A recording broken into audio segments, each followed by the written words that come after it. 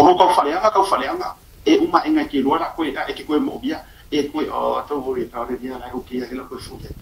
I mean sisters a base role models e teacher ka ko ainga.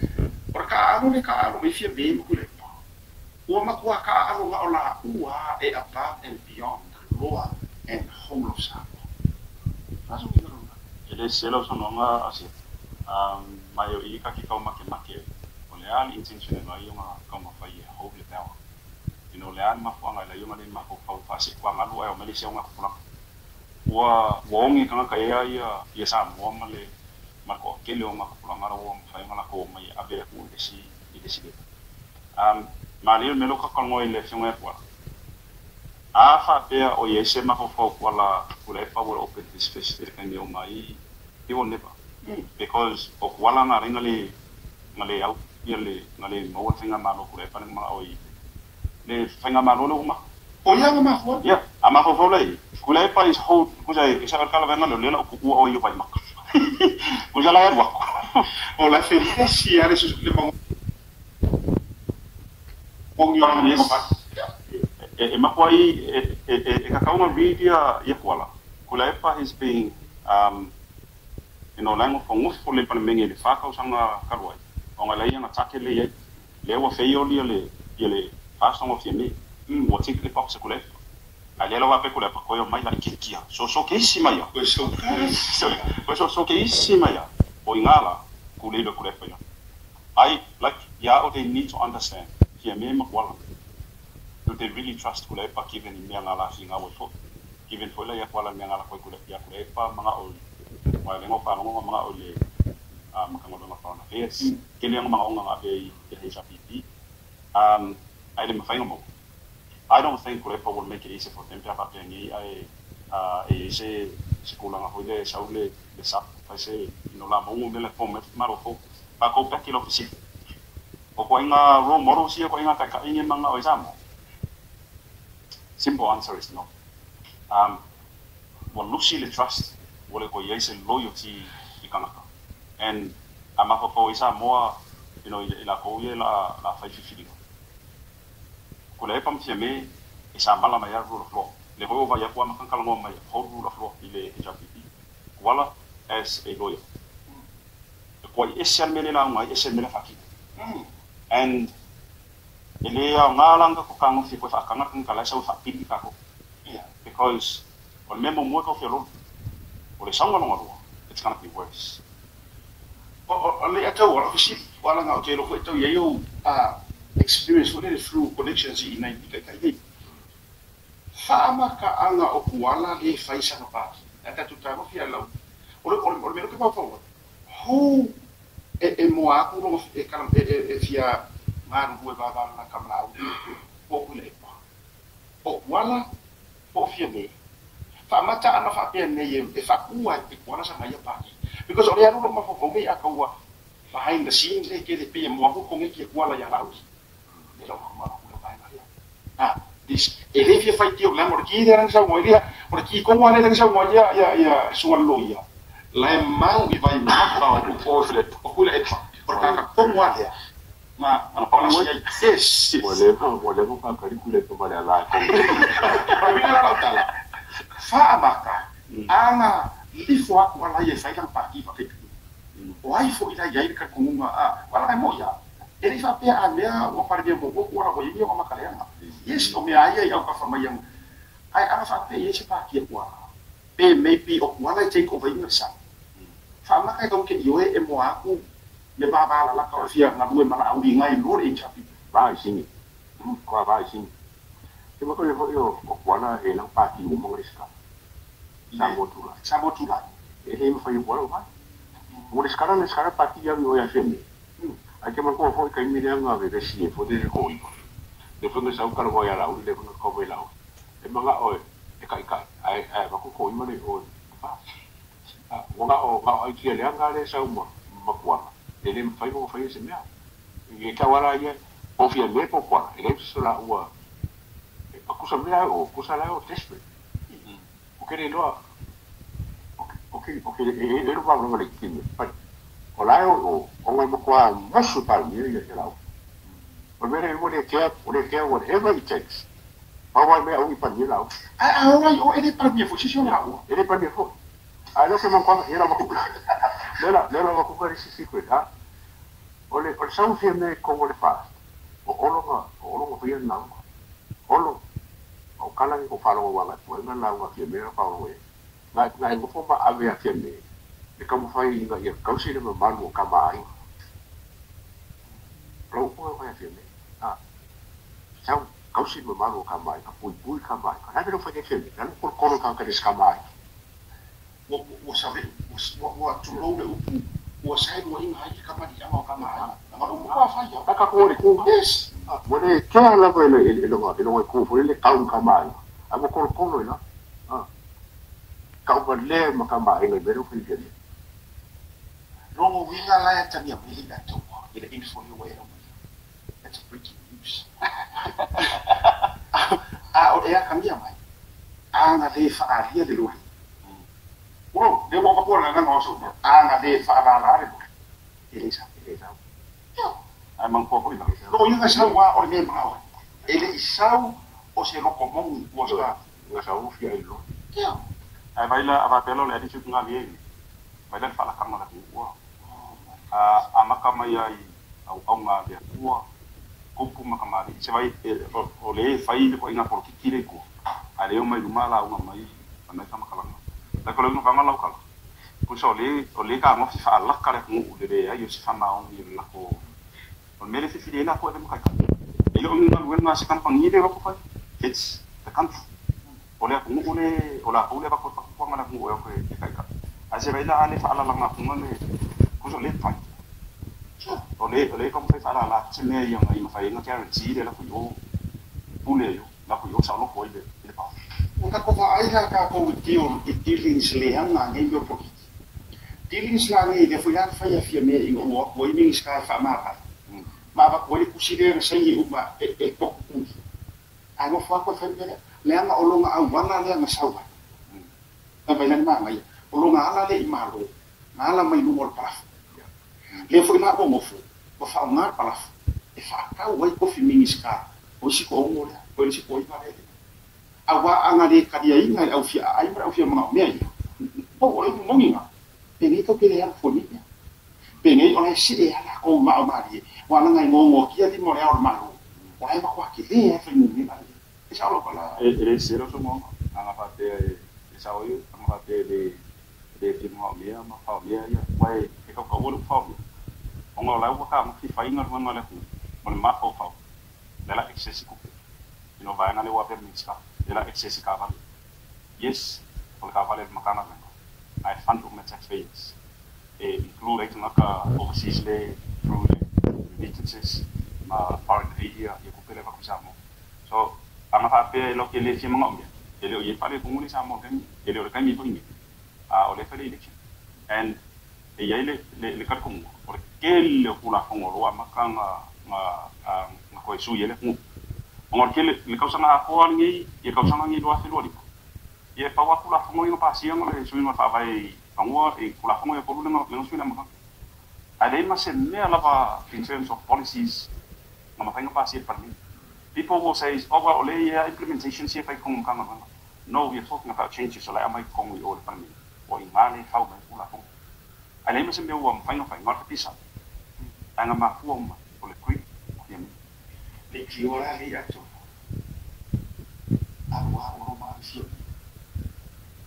The Tuala, Elaine Faifo in our SM, as much as Elaine for Yala out. O makua I ka lafu aro maula I la pare la o ya Ke mako ni ko India o queen o Ia mai lo wa o queen of FIAME Ia o me uma la ko pero ko so ko ia FIAME la lo ko ko so pura lo pura Por ka kala de o me I Tuala Lenga I le mafuka ale fa ko mo ko no fu ia le la ku pa I go for don't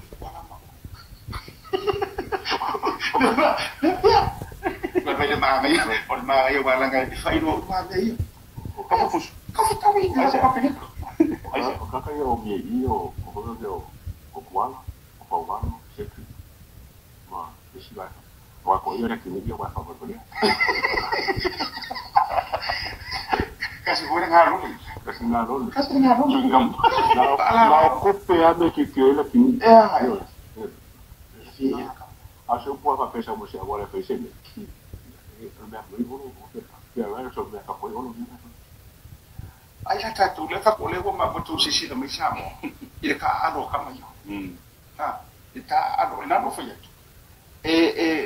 o kala o ma ya fa pure ke mi e ma la mai ni sila ele le ba o ko ele la ba le tu la ma yo wa ma ka mai pa ina ba tu la ke o vinga na ta lo mo vinga na ino le ya kwa e ye mi ye fa mi ye fu ma ku ko penga ile ba ala ma ko read ma ko le pala ka nge olo fusu ma Langa mana tua macam sih kan ay ngana mau info info ile ba ale or foto samo ale wa bi o sini so ye mana lang mo ba ona ma fo ba na ko so ya uli para cardio le ma ora ai onga ye kan ka siria ku ya laud ola pale bi FIAME o ya nga ai sa fa kara mo ka pigel ka apri ma ka pigel ka ile ai ka kia per ba ai me ala ai mala ka ku ma ka ai o mea le na mga ye bolo pa ye fa ko tio pe ma si ko le la fa si fia ai ma na mo info ngele info e ma ye ngi au ka fa vale o sa o ko ngi le pa na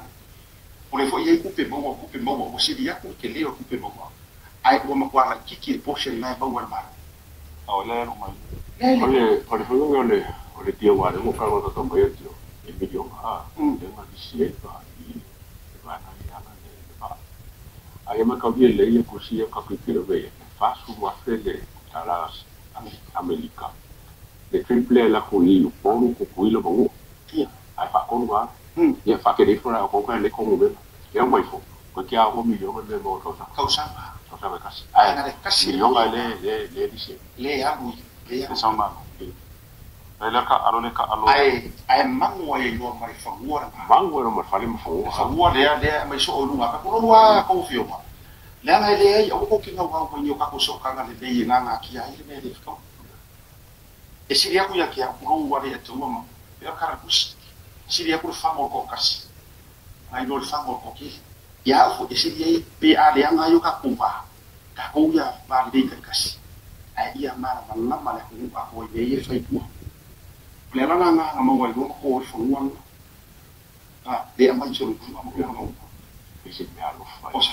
fainga tio li o ko si sila o se ai se anga le ku o fa le ia ai se anga le ia me ngai de kai mi a ku o kas ai se anga foi ele mo se kupi le fo o pa fa ile le review foi mo la le be foi le VIP section le vi mo ku la fa pe e che le a ku ku pe o fa ngai lo fa le na ma le value wi mo fa le na ele orme ele ala ingo ma rosi ngano ko kele o ko FIAME ko ke ese ai ngoro si ele ngama la ingo ke FIAME yes e o foi ali paka sa ko le wa furga le fa mai mo fu ku pele ku mai nga yo ko ele la fu mo wa ai ngoro si no na ka ko so ndunga va nga si aki mo me uma el na ya ku nga ku bi ai po ma ka la ele im foi pu le o ko ku pa ila o mo pia pele o si lo fia ko foi pu ya pele o mo foi mangaya ko mea mo le singa foi pure le mo ke ile le ko ka uma ko ka ko pukala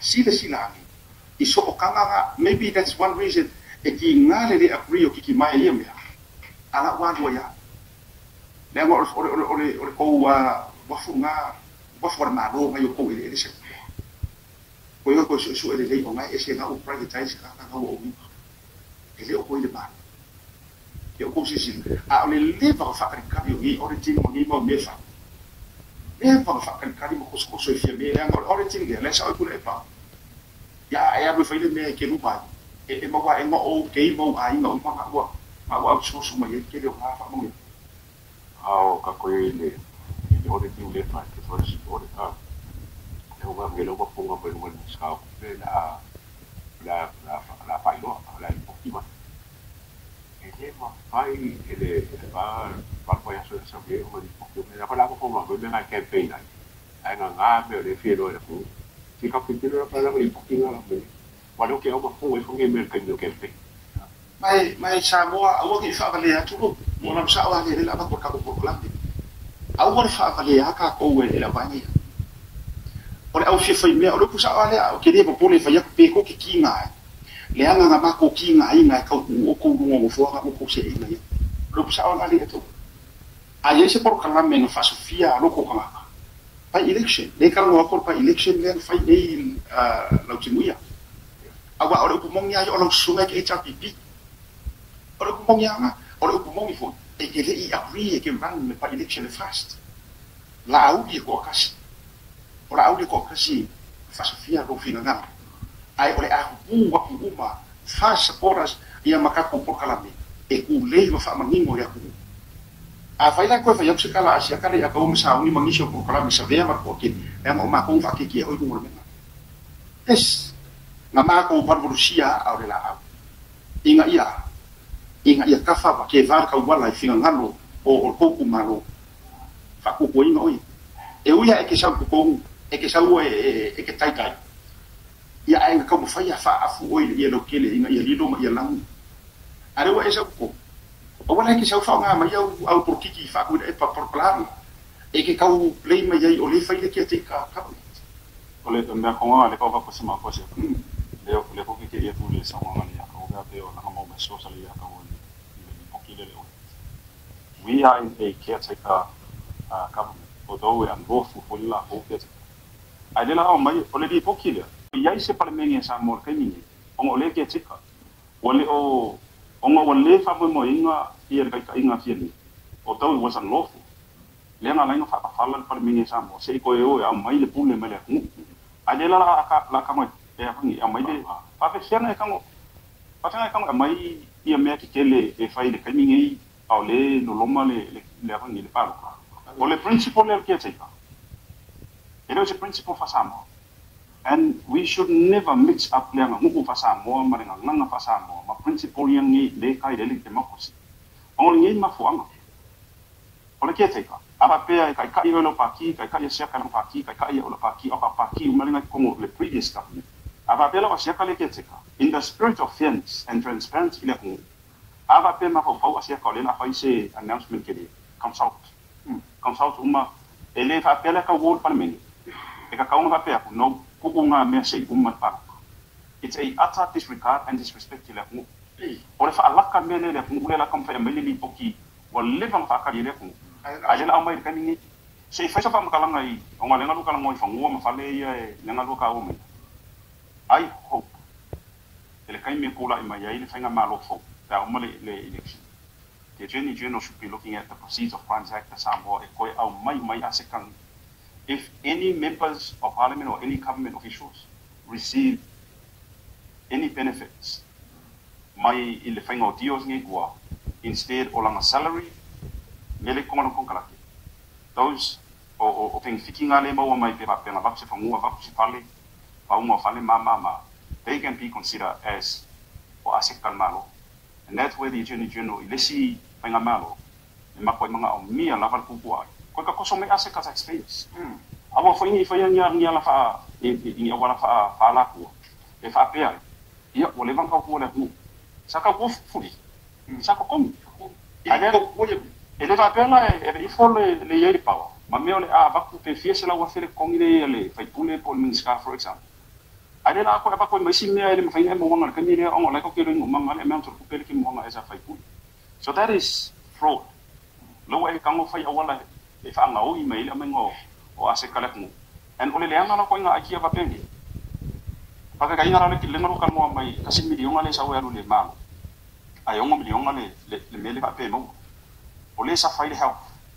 Ole sa fai education. Sa fai ia all other services sa fai le because okupela ero ngikupela ko okupela okupela ku e ka kaunga allocate I makanga duenga o mangi ai le la ka mafai e ape mona ko e fa ka ngu wai ia mele manga fa fa fa ko ngu ai le la re ko ko ye ka fa ngal ma don't tell me like ko but if that $5 million belongs to the taxpayers ape le ku ko pa ki gera ku e fu e fu mo ngisi a ki nga ele it's not just for you and your family.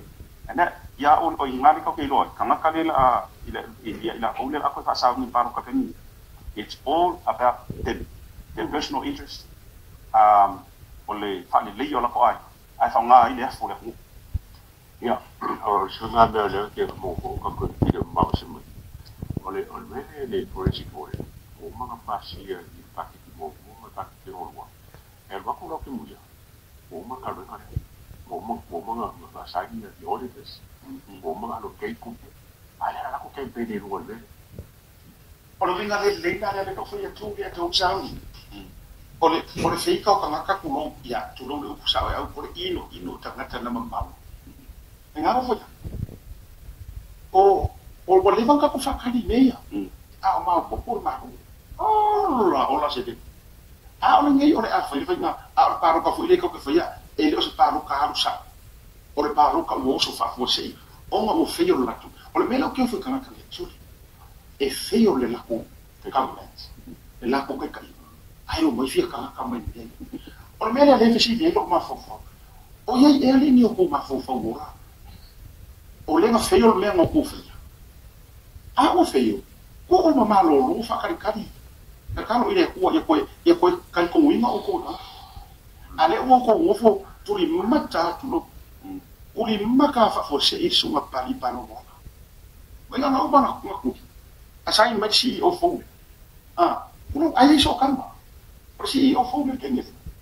Ta fe mo fo le si kuno o ka o so fa ba ai fai maya fai pupula maya ele ula lo ki mugia anga me o ia fo yor ba ai lo wa so me fio yor so fai le ba pe o ka ko ai ole ko pupule ke ka ni so ka o mo mo ka ko fa pa singe se la ga no fa ai ka lo ka pa no o di pa ngo nga inga mfika ku ai nga ku dia ai ko fa me ba ile le po yo inga ka samo o ka ko fia manga o ni ko inga ka o si di nga ku ka pe nga lo fa inga pa misi a kon HRPP le se me nga au le fa ma o ni kai ngala yai kule ka ko mai o le o fa ai no to mo mai le ko ke ni o ka ka fu yeri sa so ka kai sa ko mo fu le HRPP they are just the same or even worse in HRPP yeah o me nga lo kule ko se esa o le la so mo they are worse than HRPP and control me kule o le nga nga le nga se se yo le nga le control kule pa se o suma fai le la va kana ole la costai di lei la ole pilli ole vai che kan con ma lei sa e li di fa mai le HRPP ara ko usa ile la ko coalition o lei la tu ma fu fo la ko le a ma de e ma de i de ni usa la ko le ala ko la ile la tu ma fu fa e pa le mia FIAME ai o mai so mai au so la vicini ne ha come un sa e agree con la e paese mede che si parla ne la fury o wala ma fai o fie o o sap do ri tapipi o be o ma no ko ne pa le fa so le sap mo fa kusa le o fai ai o le sap le o ya ku le wa ngo ya ku le ai o le la pela e ma fai kala ko fai ngi o ngala ile o power ko yinga ya ai power ko ai o na ko yinga power Allo se allava per allo se allava con sapere mucho pero con mi hono con e ma fu ngai ku so le ai la kana da por ma fu le fu ye ya o lo ma na agua na o lo por cámara ku le ka fu ya ku le wale ba fa ma ku le para cámara o we no fury le fa ya ka ko me ero la ya le o la fury pasalo fa fi o la fury e ilo kare ko o FIAME le sa ka i sa ia kingi o nga pesero e ia o e fa mo ku ele ko ya dispa mai le ho ele malo so o le ala sa pe a ge ia mamwa ko ka ai nga ka wa po le ala fa kingi si o hi ma vai ai Fusu Moi e Loa Olo Lo vamos a poner, e lo per con una